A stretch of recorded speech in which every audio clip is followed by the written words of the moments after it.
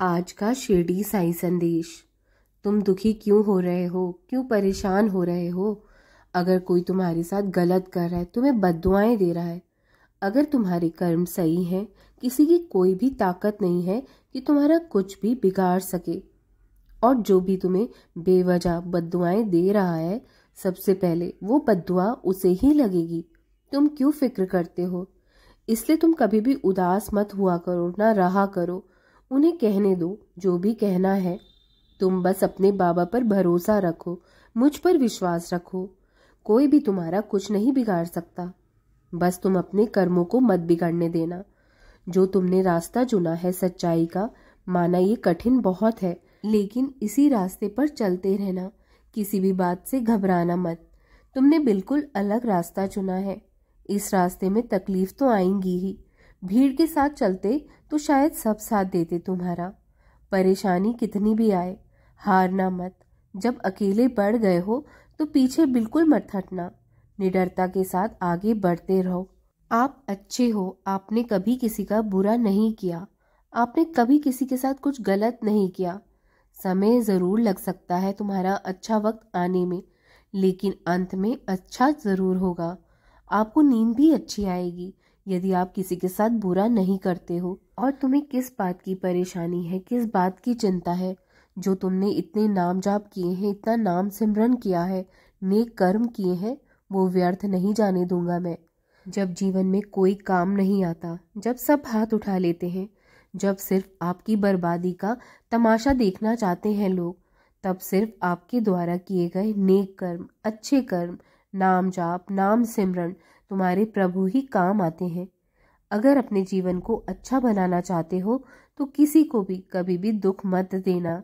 यदि मनुष्य किसी के दुखों को देखकर उसका सहायता करने वाला मददगार बनता है, तो उसके जीवन के लिखे हुए सारे दुख, दर्द, कष्ट अपने आप खुद ब खुद मिट जाते हैं। अपना मन हमेशा पवित्र रखो, हल्का रखिए, छल कपट से सदैव दूर रहिए। आपके जीवन में आने वाले सारे संकट खुद ब खुद टलते चले जाएंगे। कभी कभी तुम्हें लगता है, संदेह होता है कि मुझे अपने बाबा की भक्ति कैसे करनी चाहिए, किस प्रकार करनी चाहिए, क्या चढ़ाना चाहिए, कितने दिए जलाने चाहिए। मैं आज बताता हूँ कि भक्ति तुम कैसे भी कर लो, किसी भी तरह से कर लो। जो तुम्हारे मन में आता है वैसे करो, किसी से पूछ कर मत करो, क्योंकि जिसके जैसे भाव है वो वैसे ही तुम्हें बताएगा। जो तुम्हारे खुद के भाव हैं, जो तुम जैसा मुझसे प्रेम करते हो वैसे ही भक्ति करो। लेकिन हमेशा याद रखना कि कभी भी किसी का दिल ना दुखे। तुम्हारे द्वारा किसी भी काम से, किसी भी कार्य से किसी को कोई परेशानी ना हो।